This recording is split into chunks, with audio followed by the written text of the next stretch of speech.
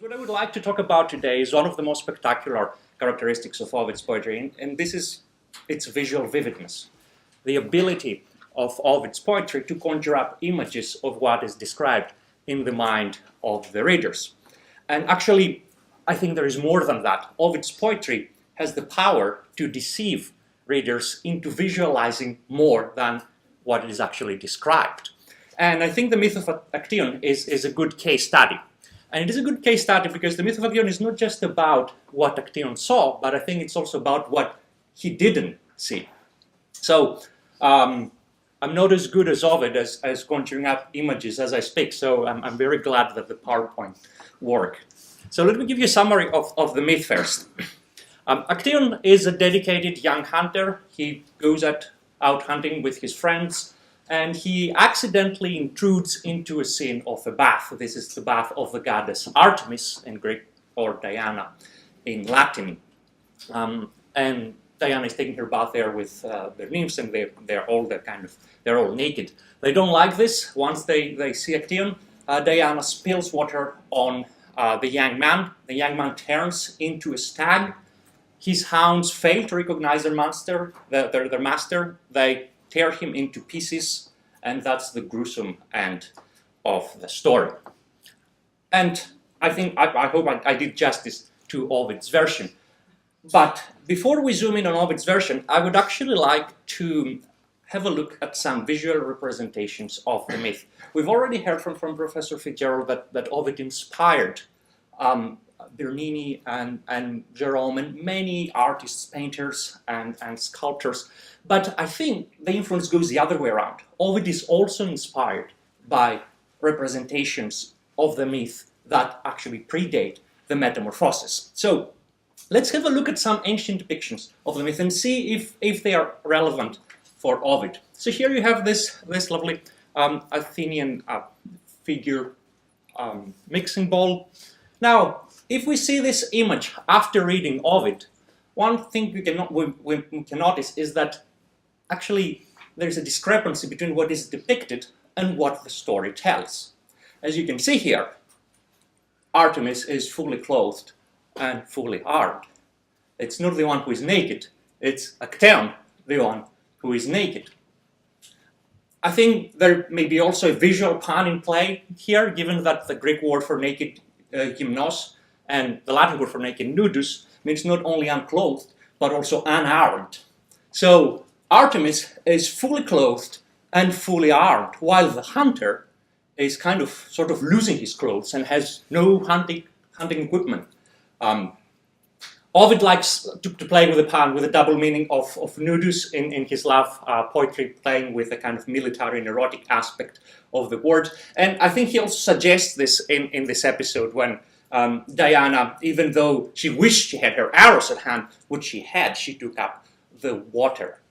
It is likely that Ovid here probably corrects depictions of the myth that had Diana having her archery equipment at hand.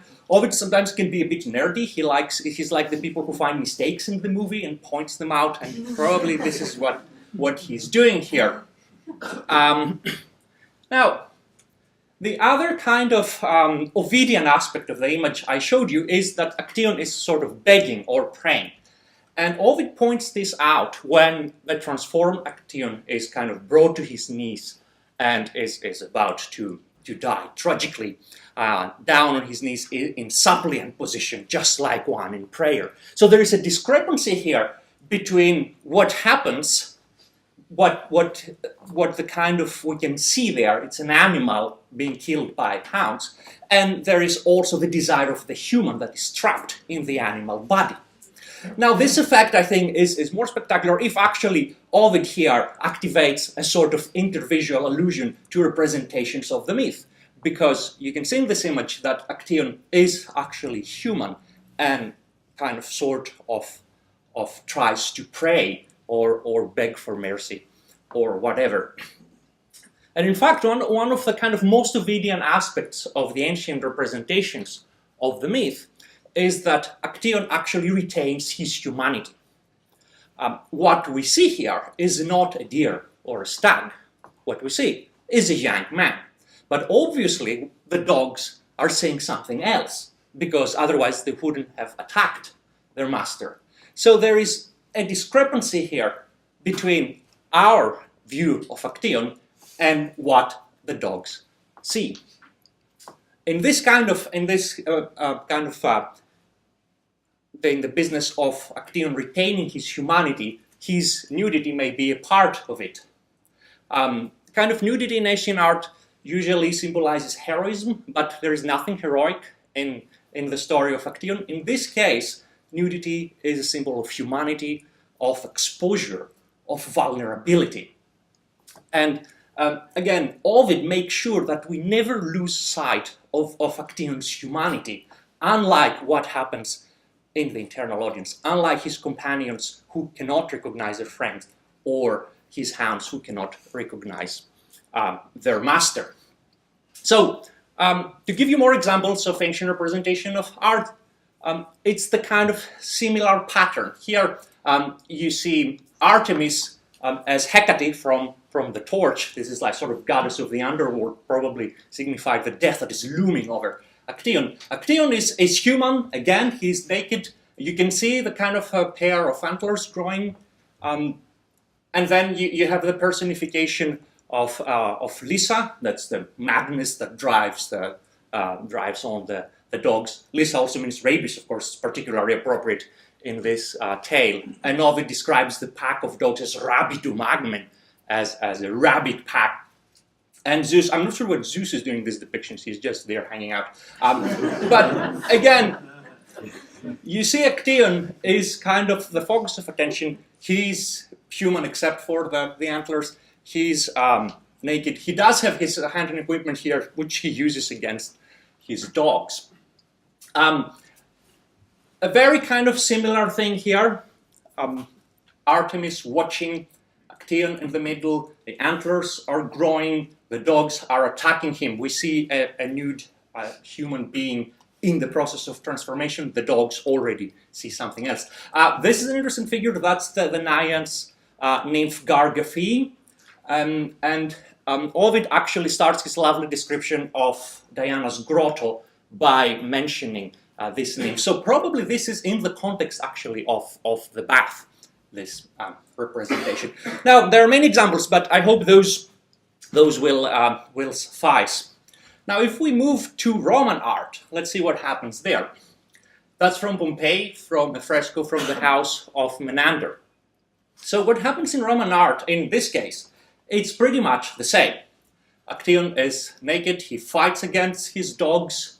Artemis, her dress is getting shorter, but she's still dressed and wields her bow. And here you have the head of a stag. The Metamorphoses is the sort of a phantom that you see there. But I think Pompeii, we will hear more about Pompeii from Caterina later on, but I think Pompeii is a turning point in the presentations of the myth of Actaeon, because look at what happens in this image. Here, this is from the Casa di Sallustio. Here we actually have Diana depicted naked, which doesn't really happen before. There is again Actaeon in his kind of looking like he's coming from the Greek art with a bit of the antlers, a naked young man fighting against his dogs, but the real difference here is Diana. Now, we can kind of speculate that there are some Ovidian aspects in this representation. First of all, there is the grotto, and Ovid spent some time giving a lovely description and ekphrasis of Diana's grotto. Then note that both her clothes and her hunting equipment are beyond her reach, just as it happens in Ovid. But there are a lot of differences also. Most significantly, I think, in Ovid, the band of the group of nymphs thronged around Diana and cover her body, and here the nymphs are nowhere to be seen. Diana herself tries to cover her nudity up. Actually, her posture, it reminds me of the kind of famous statue of Aphrodite of Cnidus. If that's correct, I mean, you have to resort to Diana's arch enemy, Aphrodite, if you want to depict her naked. So, now, let's see what happens once we move to a Renaissance or modern depictions. Once Diana is depicted naked, that becomes the norm. What we see here is something completely opposite to what happens in ancient art. Here is Actaeon fully clothed with his hunting equipment. In the process of Metamorphoses, you have a lot of passion and excitement here in the red. Diana, you can recognize her from the crescent on her head, is completely naked. Actually, her nymphs are doing a better job covering up. The kind of Actaeon looms over, his eyes are bulging, he's like a voyeur here. This is very different from the ancient, from the Greek representations of the myth. Another example from Balen here, Diana is the very center of attention. The light falls on her. The attempt to cover up her nudity is not particularly successful. And Actaeon peeks at the goddess from behind. It's interesting that we kind of share Actaeon's voyeuristic gaze here. While the ancient artists sort of protected us from committing Actaeon's sin by depicting Diana clothed, here we are actually making the same transgression as Actaeon. The most exciting bit here is the center of attention is definitely Diana. Similarly here with Galoche, not much success with covering up her body. Actaeon here comes from the background and all the light falls on Diana. Okay, so just to sum up to this point, in ancient art, the spectacle is actually Actaeon. You see here Gargaffe almost kind of sitting and enjoying what's going on, while in modern art the spectacle is actually Diana. Now, where does Ovid stand in this sort of history of the myth, or of the myth's reception?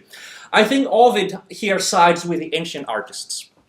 Ovid is not going to focus on Diana's nudity. He's going to make Actaeon the spectacle. So this is a very interesting business, because the kind of representations of Diana naked and Actaeon looking at her are actually inspired by Ovid. What they do is that they depict precisely what Ovid refrained from spelling out. So let's see what happens when Actaeon intrudes upon the scene of the bath. As soon as he entered the grotto bedewed with fountain spray, the naked nymphs smote upon their breasts at the sight of the man and filled the entire grove with their shrill, sudden cries. Then they thronged around Diana and covered her body with their own, but the goddess stood head and neck over all the rest. Now, Ovid has been called like one of the greatest teasers in Western literature, and that's a case in point. When we have nudi viso, if you think you're getting something like with naked body of the goddess being seen or something like that, there is nothing like that. You have an hyperbaton viso, is the bon viro is the surprise. What is observed here is not the goddess. It's Actaeon, is the focus of attention. What did Actaeon see? What did he see? We don't know. What happens next is that the nymphs throng around Diana's body to cover up her nudity. Now, unlike what is depicted in the Renaissance paintings I showed you, this looks like a kind of better attempt at covering up her nudity. They cover their whole body except for her neck and their head. That's the only part of the goddess that is visible. I mean, of course, it is funny that the nymphs are also naked. You have a group of naked nymphs covering Diana's nudity, but still, Diana feels pretty covered here. So, what happens next is that, whether Actaeon saw Diana or not, I think it's unclear, but Diana feels embarrassed. She blushes, and Ovid compares the color of her blush with whatever clouds that are struck by sun rays, and they are like rosy dawn. And then he says that was the color on the face of Diana seen without clothes, or a Diana that seemed to be without clothes. Then, even though the band of nymphs pressed close about her, she stood turning aside a little and cast back her gaze. So what happens here, if Actaeon saw anything, probably saw her neck and head, even though she was naked, she was still covered by the nymphs. And note how immediately the focus is on Diana actually seeing, not on Actaeon, saying Diana kind of turns sideways, an additional kind of precaution, and kind of looks back. So, sorry, I'm a terrible Diana. Don't look at me. So she kind of looks back, probably at Actaeon. Again, the kind of you have the passive voice here that makes the agency of who saw her or to whom she seemed naked pretty kind of unclear. It's kind of worth comparing here what happens in one of Ovid's main models of the story, and this is Callimachus's Bath of Pallas. In this hymn, the main story is Tiresias, like Actaeon, wanders off and sees Athena naked, and then he's punished, he's blinded. And then within the hymn there is the story of Actaeon who wandered off, and so Artemis naked. But there is kind of parallel contrast in these stories. Look, for instance, at how specific the language of Callimachus is when Tiresias sees Athena naked. Callimachus says, "You saw the breast and body of Athena." This is very explicit, anatomically very precise what Tiresias saw. Even within the kind of the hymn, it is less explicit what Actaeon saw. When, though unwillingly, Actaeon shall behold the lovely bath of the goddess. It's one thing to say Actaeon saw the bath of the goddess, and another Tiresias saw the breasts and thighs of Athena. But in any case, you see here that Actaeon is the subject of the active verb to see. In Ovid, the only time that this happens in this myth is not when Actaeon looks at Diana, but it's when he looks at the reflection of his transformed self. As he saw his face and antlers on the water. I think Ovid plays here with an anagram between Unda and Nuda in this episode, the water nymphs and their nudity. And that's if that's the case, that's one of the highlights. The reflection reflects the anagram of Unda and Nuda here. But of course, there is no nudity to be seen on the water. It's just the reflection of Actaeon. So Actaeon is the spectacle in this episode, even when Actaeon is doing the looking. Now, let me get back to the business of the nymphs kind of covering Diana's body. It's kind of, it's been long recognized. Ovid expects his learner readers here to kind of pick up the allusion to a famous episode from the Odyssey, from Odyssey 6. That's the episode when Nausicaa plays with her girlfriends, and she stands out above them just as Artemis is taller than her nymphs.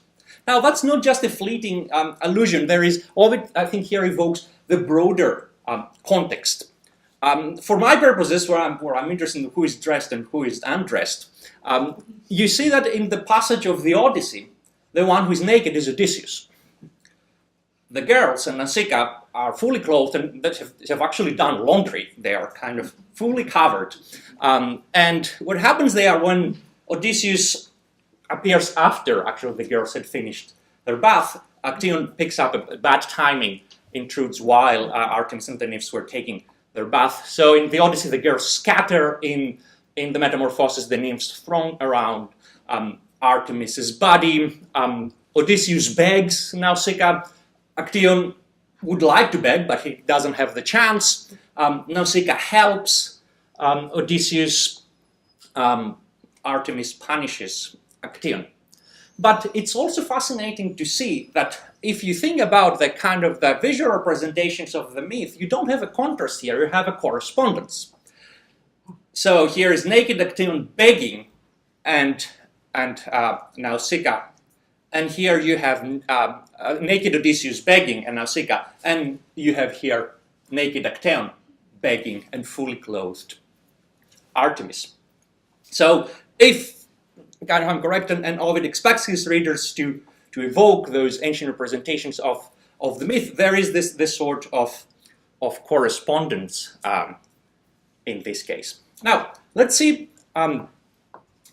what happens, going back to the business of Actaeon basically being the spectacle and the focus of attention.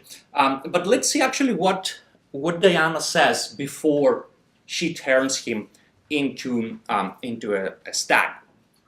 She says, "You are free to tell now that I was seen by you with my clothes taken off, if you can tell." Or if Ovid plays with video here, that I seemed to you to be without clothes. So Diana's concern is not whether Actaeon saw her naked or not. Her concern is what he's gonna tell, what sort of stories is gonna spread around. And that's why one of the points of the transformation is that the transformation renders Actaeon incapable of speaking. So what we have here is Diana actually trying to preempt the version of an excited young man who may kind of not much happen, but he may start telling stories at the bar to his friends, embellishing them and exaggerating, pretty much working like Fama works in ancient epic. Now, was Diana justified to fear that this may be the case? Well, of course she was justified. Look at what happened when kind of people read Ovid and start imagining all sorts of things. So the kind of Ovid tries to protect himself from basically committing the sin of Actaeon or exposing Diana's naked body to the prying eyes of mortals, but the reception of his tale actually does precisely what Ovid refrained from doing. Now, the funny thing, one of the funny things in the story is that the transformation is described in terms that kind of suggest that Diana is dressing up Actaeon as if he were naked and he needed to be dressed up. So she clothed his body with a spotted hide. The vela picking up the posset of Elamine, the kind of cover dress of Diana that was taken off. And that's a good example of Ovid both following Greek myth and Romanizing Greek myth. Because we know that Stesichorus, in his version, wrote that the goddess Artemis flung the hide of a stag around Actaeon. But Ovid does more interesting things than just following the tradition, because the whole business of dressing up Actaeon is related to Actaeon being the spectacle. Actaeon is like an actor who puts on a costume in order to perform, say, in a tragedy. Euripides wrote a tragedy on Actaeon. We don't have it, but Ovid probably did. And again, in ancient representations of myth, you do have this version of the deer skin. Here you kind of see from this metope, the kind of dogs almost lunge more at the deer skin than at Actaeon himself. Again, in this version, you can see the deer skin. Actaeon is dressed up, basically, as a deer. So we can see this myth as Diana taking off her clothes, but we can see it also as Diana dressing up Actaeon. Now, from the Roman perspective, actually, the whole story would probably evoke what Catherine Gorman calls the fatal charades. Those were executions of criminals reenacted as mythological tales. So they would dress up a poor guy as Orpheus, throw him in the arena, and he will be torn apart by beasts, and that the Romans would find this entertaining. Not all of them, probably Ovid didn't. So when actually Actaeon is killed, his buddies, his friends are very excited about the show, and you're like, whoa, yeah. And you're like, where is Actaeon? Where is Actaeon? And Actaeon, of course, is the poor victim there. And Actaeon wished he were the spectator, but he's not the spectator. He's part of the show. That kind of word spectacula is pretty telling here. That also probably evokes the Venationes, and as Andrew Felder argued, these are kind of hunting shows in imperial Rome.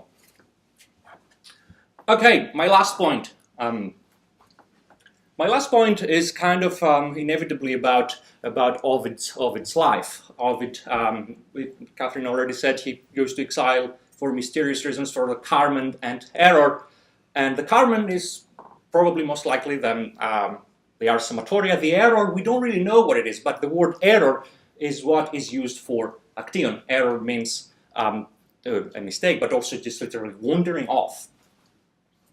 So, in his elegiac letter to the Emperor Augustus from exile, Ovid actually compares himself with Actaeon. Let's see what he says. Why did I see anything? Why make my eyes guilty? Why was a mischief unwittingly loaned to me? Actaeon, unaware, saw Diana unclothed. Nonetheless, he became his own hound's prey. And so on and so forth. And you see he uses the word error here. Now, one of the kind of things that's probably striking after spending half an hour talking to you about how Actaeon didn't really see Diana naked is that Ovid actually here has Actaeon as the subject of Vidit. He saw Diana without clothes. So what are we going to do with this? I have two suggestions. Ovid likes to actually suggest readings of his previous poetry, especially in Tristia 2. Read the Ars Amatoria this way. When he does that, it always means that there is another way of reading it.